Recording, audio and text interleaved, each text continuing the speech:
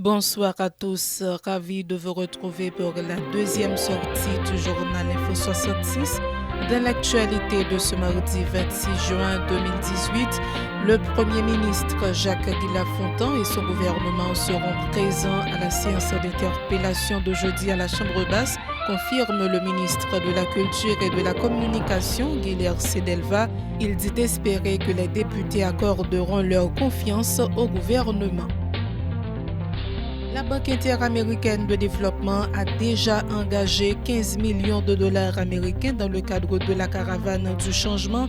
Les responsables de l'institution en Haïti, qui se montrent satisfaits des projets réalisés, annoncent une contribution supplémentaire de 10 millions de dollars à ce programme.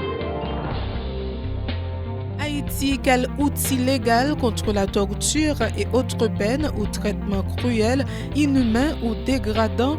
C'est autour de ce thème qu'a été célébrée ce mardi la Journée internationale des Nations Unies pour le soutien aux victimes de torture.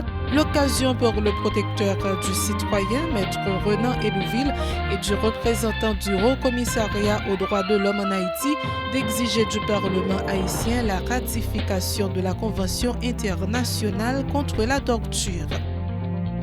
Hors de nos frontières, les Mexicains sont appelés aux urnes dimanche 1er juillet pour des élections générales, présidentielles, législatives et locales. Ils doivent notamment élire leur nouveau président qui succédera à Enrique Peña Nieto pour 6 ans. La campagne électorale est désormais terminée. Elle s'est déroulée dans un climat de violence sans précédent. Et puis, au terme de longs bras de fer judiciaire, la Cour suprême a finalement validé ce mardi le décret anti-migrant de Donald Trump, une nouvelle victoire politique et définitive pour le président américain. Ces titres et bien d'autres vous seront développés après la pause.